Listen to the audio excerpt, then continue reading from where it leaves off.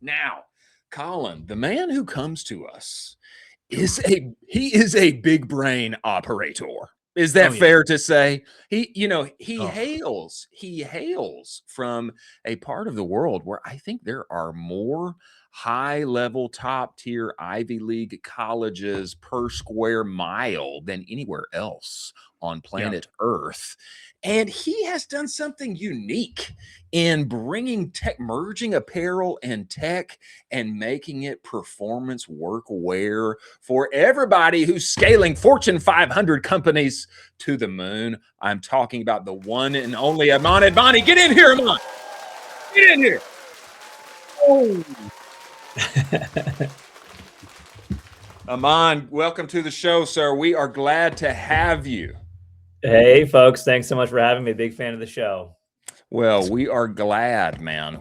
I have known of and have followed Ministry of Supply for some time, but we have never gotten the chance to meet and talk, and this has been a long time coming. Aman, if you would, I would appreciate it if you just start from the beginning and give us a little bit of this origin story, because I have heard some wild things, my man. I've heard that you were sewing you were sewing running socks onto the bottom of your dress socks when you were at Deloitte. And I've heard about this Kickstarter that broke records for the category. Is that true? And I'd love it if you just give us some perspective on the foundational level there. That is all true. What good research you've done. I appreciate it. So you're exactly right. So a little background for me. I'm actually now we just moved to Atlanta. So it is a cold day, and I'm in a fleece. It's warmer in Boston today than it is in Atlanta. So is it really? Yeah. So we're 6 months in here, but this is not what we signed up for.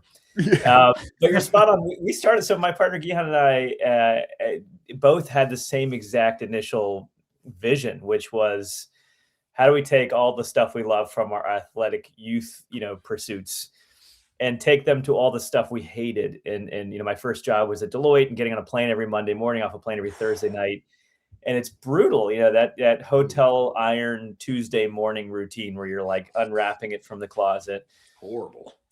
Trying to figure out how to like hang your shirt up in the shower to steam it out. And so it was all this stuff. This feels so archaic, right? And why are we still doing this? So we came together. Gihan's first shirt, he cut out the center back panel of a dress shirt, took his running shirt, an old running shirt, cut out the center back panel of that and sewed it in. He would go to these, Gihan is a world-class runner.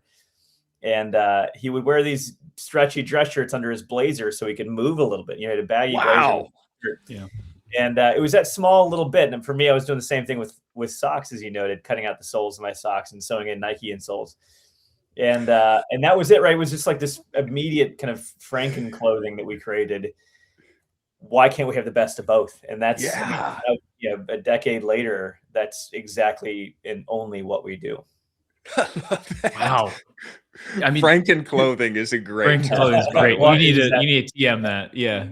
I mean, you just referenced the fact that you've been in the industry for 10 plus years. I would consider you one of the OGs. You have seen this industry change, ebb and flow, up and down. How has this industry changed from when you guys started to right now in 2026? Yeah, wild question. I mean, there's so many different angles on that. There's kind of the Ecom, and then there's the clothing, and then direct consumer, all this stuff. But I'll start with the one that came to mind when you asked the question, which is Ecom. And I'm sure everyone on this call can relate, is the biggest thing that shifted was valuing what we should have valued all along, which was you got to make money, right? If you're not profitable, there's no room for you. And gone to the days where scale will work it all out, because that has proven to be false so many times. So it becomes a level playing field where not every great product wins, but only great products win when profit is critical, right? And so I think that's where we've really enjoyed it, is saying our focus on quality didn't always pay off because we weren't the cheapest option in most cases. So now we see that playing field level off to say across the world, particularly in DTC, where a lot of that kind of early arbitrage is gone. Cheap Facebook ads, cheap TikTok ads are moving away. Now you have to focus on better quality product and really excellent content. Man, that is a bar. Not every great product wins, but only great products win. If we're lucky, right? This is what we should all root for, right? Is it the best emerge? Yeah, absolutely, absolutely. Dig in just a little bit on the tech side here of what you guys do product wise, Aman, because I've found like NASA sourced, NASA involved materials. I mean, you know, you get on the website and you see stretch, you see hotel sink washable, which is great copy, by the way, especially for solving that problem for traveling executives who are you're hitting it right on the head. They've got to somehow make their clothes look nice and get out the door on Tuesday morning. Quick dry, wrinkle free. I mean, it screams the merging of the performance world on the athleisure side, on the athletic side, and looking your best to perform your best in the boardroom. I mean, give me some background on that tech side and what you guys have done to make one of the best products inside of your space for people who are in the working world and need to crush. Yeah, well, I'll start with another bar, but it's not mine this time. I had a call. We do video or emails with customers every single day. So 1 video or 5 emails. Wow. That's the rule every single day. Really? And I had a customer actually yesterday, Keith, and he may be on because he's wonderful. And he had something, and we kind of got to this point where we said something like the sport of travel. And we talk a lot about travel because that is when you tend to be harshest on your clothing. So if it can survive a 3-day work trip, it can typically survive a 1-day office or coffee shop trip. So we play for the most extreme version. But what I think we take a ton of pride in, a lot of the materials have become a little bit more ubiquitous across the industry, right? So you see a lot more stretch dress shirts than you did 10 years ago. And so now the bar is risen, right? So how do you keep up there? And now there's kind of 2 other factors at play, which is within these performance techniques and performance fabrics, there's quite a range. You hear a word polyester, you think kind of crummy, Champion gym shorts. Right. There's a whole other extreme to that, right? That you can see with poly. Now, we also use a ton of merino. More than half of our styles now include majority merino, right? And so what is nature's best performance fabric? How do you blend them together? How do you sew them together? How do you, in many cases, about half of our styles are seamlessly printed on demand in New York, in Brooklyn. And, wow. And so it's starting to think about the entire tech stack, not just a materials innovation, right? So all of this can be measured from a durability standpoint when it comes to actual testing, machine washability, color fastness. But at the core of it, not to bore you, is thinking a lot more like we do in Ecom about our tech stack in the product, not just our fabric. And I think that entire kind of holistic mindset is what should elevate the product in our mind. Wow, man, that's got to give you an advantage, Aman. That's really good. Yeah. I think the only real advantage we have, Colin, I totally cut you off, but is 5 years later, right? Is saying when somebody comes back to us and say, I've been using the same Apollo dress shirt for 9 years. I beat it up. I'm a wedding photographer. We got last week. This guy, Todd, and said, I'm a wedding photographer. I beat the hell out of this thing and it still runs. And that is, not to be too self-promotional here, but that's the goal, is what happens 9 years from now, right? That's incredible. Wow. You brushed over one of the craziest statements I think anyone has ever said, in the fact that you have a video call with a customer every single day and you also send 5 personal emails. Where did that come from? How long have you been doing that? And what insights have you pulled? Because basically you guys are now making a daily feedback loop of improving the product substantially, which I don't know anyone else doing that. That's crazy. Yeah, Colin, it's really wild. It was a pandemic era outcome. We felt super lost, right? Travel was dead. Where to work was dead. No one cared about this stuff. We're like, well, what do we do now, right? 2 weeks, 2 years, who knows? And so we're like, all right, let's just start talking to people. And so actually, Gihan, my partner, does a lot better. He does 1 video call a day. I tend to send, I'll be honest, and maybe it's helpful for people on the call, we send about 100 automated emails from me a day. They're capped. And they have a 3 to 7% response rate, 3 to 6% response rate, depending on what's going on. So it ends up being on average about 5 emails a day that I receive back, and I engage with every single one of them. So awesome. It's something, it ends up being right around 1,000 a year. And those are individual touch points, but Colin, they're not all like earth shattering. I mean, my favorite one that I explain is like size 33, which we now offer. It doesn't have to be like wild, crazy insights to change business. Our number one selling waist size is at 33. Seriously? That's me. Me too. Me.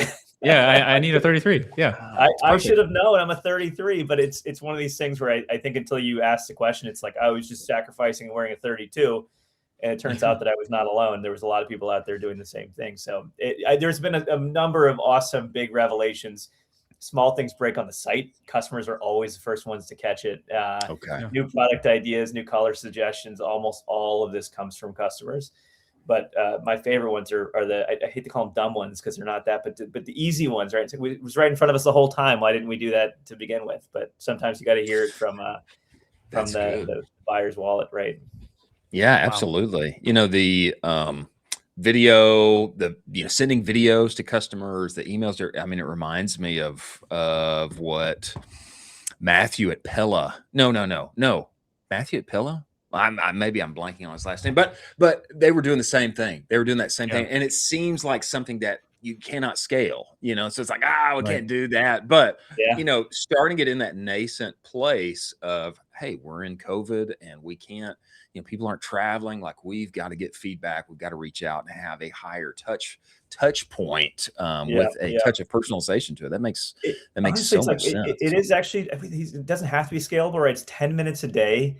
Yeah. And, like on average, 4.5 of them are really positive, right? They're people just saying, I love the clothes, love the gear, having a great time. Here's something I did with them.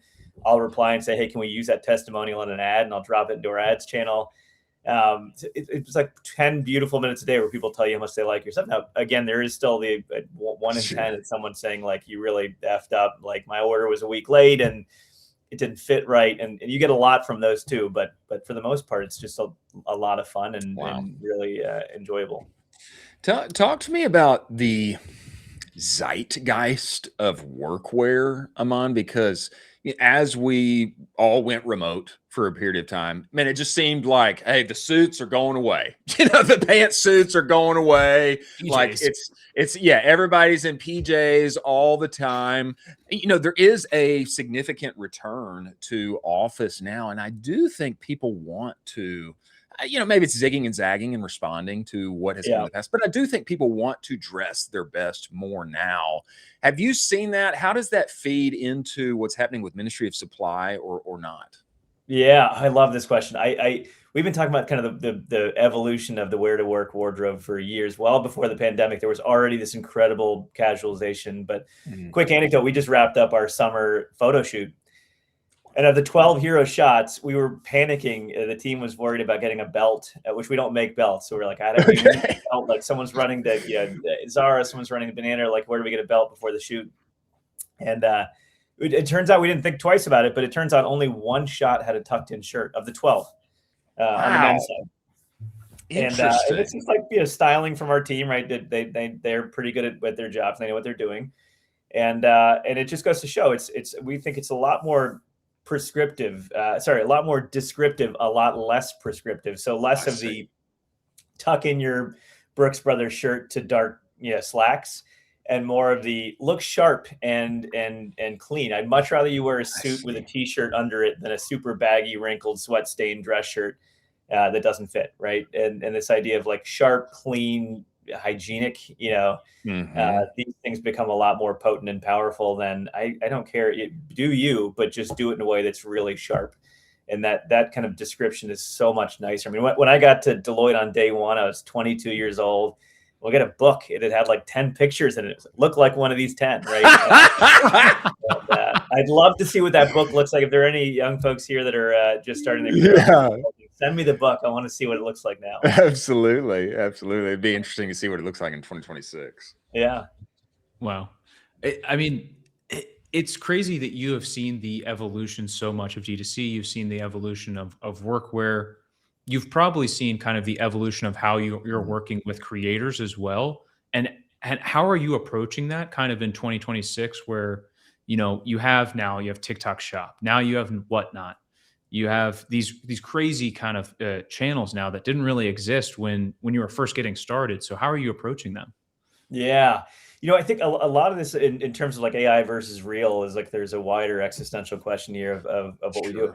one of the biggest things we try to do is actually create 2 lanes. So on our site, you can talk to our GPT, which is extremely well trained with all of our information, or you can talk to a real human via phone or email, right? So you have these 2 parallel paths. One's going to be immediate and has actually a lot more information than our humans, just because it's been fed so much. The other will be empathetic and can pull strings and work around the system for you, right? And can get things done a lot faster. So, but the same is true with creators, right? Like we'll certainly use AI editing tools to take our pictures from where they start to where they need to be. But we just signed a big package deal to do a bunch of awesome UGC content with this cool California company that does a bunch of like street content. It's like, well, this is the stuff I like. This is the stuff I watch. Perhaps you could recreate it, but there's something really special about real life and those moments of, like, we call it the cupcake test, when your kids wipe their hands on you, right? These little moments that are almost impossible to, create from scratch, but when they happen, you can recreate them in real life. So trying to find the world where we can live in both lanes, with the best of AI and the best of real life. It seems to be that is the necessary tension for us all to live in, is to still create human-driven, human-featured, compelling content that our audience loves, while at the same time making the most of every tool and capability that we have to drive down OpEx as much as possible. Another thing that I'm really bullish on here in the future, Aman, is just in real life experiences, or I would say kind of outlandish things, stories that people remember. And then one thing that I have heard that you guys have done a couple of times is that you've done half marathons in your suits and things like that. I mean, tell me about that. Is that true? We still do this. We did our founders retreat. Gihan, Geraldo, and I did our founders retreat, and we competed to see. We all 18 liters of capacity, and it was like, what are you going to do? It's 3 days in Shenzhen, China, visiting a warehouse, and it was our little founders retreats. We were going to coffee shops and wine bars and such, and it's like, who can survive the longest on the least, right? Gihan and his wife both ran the fastest Guinness World Record holders. I think his has been broken, hers maybe not. Fastest half marathon in a suit. But we used to take weather balloons every year and celebrate our anniversary by launching our Apollo dress shirt, which was one of our marketing products, like launching into space, and then we tie a GoPro to it with a camera, and we go recover it, and then we get this cool footage of like a shirt flying over the curvature of the Earth. But like, this is, again, this all should be fun, right? It shouldn't just be a matter of like, ASTM standards and testing labs, which is great and it has to happen, but let's enjoy it a little bit too. Yeah, why not take a moonshot every now and again? Right. A literal moonshot. Moonshot. Yeah. That's incredible, man. Tell us, as you're coming up on 2026, or we're in it, I guess it's 20% gone, really, already. Man, what excites you with Ministry of Supply this year, decade plus in? What's coming up? What gets you out of bed in the morning excited about what's coming with Ministry of Supply? Yeah, so I think there's like two answers I'll give you there, and they're maybe a bit boring, but on the kind of left side, we think like this supply chain demand and supply. On the product side, like, travel is so much fun. We've kind of finally given ourselves permission to just really play, and we've got some really amazing travel stuff coming out. So that's my quick plug. Like, the product is really still what gets me out of bed. And like, we're a clothing and travel company before we are an e-com company, right? And I think that's true for every e-com company. That's just how we choose to sell. But Colin, we met. The second part of my answer is like the widget universe is getting awesome right now, and I get up, and the first thing I do is check the last 5 widgets we installed to see if see what's working, right? Like, Colin, you know this about me, right? Yeah, for sure. I love this stuff, right? There's so many cool tools. True. I built one myself the other day for email testing, right? Like, what a joy it is to get to play and fine tune this stuff. One of the things we talk so much about is cycle time. And saying from idea conception to the end of the test shouldn't be longer than 10 days, to the end of the test. And so that's what I get up in the morning doing. Is today's day 3 of our heart convert test. Today's day 5 of our ARITA test, right? Like, we get to do these little, and I check it every morning. And so that's what I get up and out of bed. It's product moves slowly, right? But widgets move quickly, and they're a lot of fun to watch. Man, it really seems to be the case, man. Builders can build faster than ever now. I mean, I was up late into the wee hours of the morning working on something, but I really wanted to be doing a new widget, which I've got in my back pocket. I've got in my back pocket. But I think to that end, like the one piece of advice that comes with it is you got to be really discerning, because you're going to get widget overload, right? And you know, this was happening. I remember 5, 6, 7 years ago when people were starting to figure out PPC ads at scale, and the widget universe came up, and it was auto bidding and all sorts of wild things that people could plug in, and these kind of crazy lookalike audiences and stuff. But now that's settled, and now we've got this new immersion. So, you know, just go in thinking that there's a, at best, 1 in 3 chance that you move from trial to real life. Yeah. And if you can come in with a bar like that, then take all 3 trials and see what happens, right? Let the winner win. Wow. That's awesome. Aman, we appreciate you making the time and joining us, my friend. For everybody who's listening, man, tell us where to find you, where to follow you, and where to get some of the best workwear on the internet if we want to live and play in the performance of work. I love it. Before I do that, I'll say, first of all, quick thanks to both of you. This is such a wonderful, the energy is incredible, and it's such a, the world needs this, right? I think this, like, let's make it fun, right? I just, even hearing you talk, I get excited. So, and then shout out to She Is Worthy Co. for this kind comment section. All right, way to go. That I'm really digging over there in the chat. Ministryofsupply.com. Go check it out right now. And if you got to start somewhere, backpack or an Aero Zero shirt are my 2 recommendations. Nice. Appreciate that, man. We thank you for joining the show. We look forward to having you back, my friend. Thanks a lot.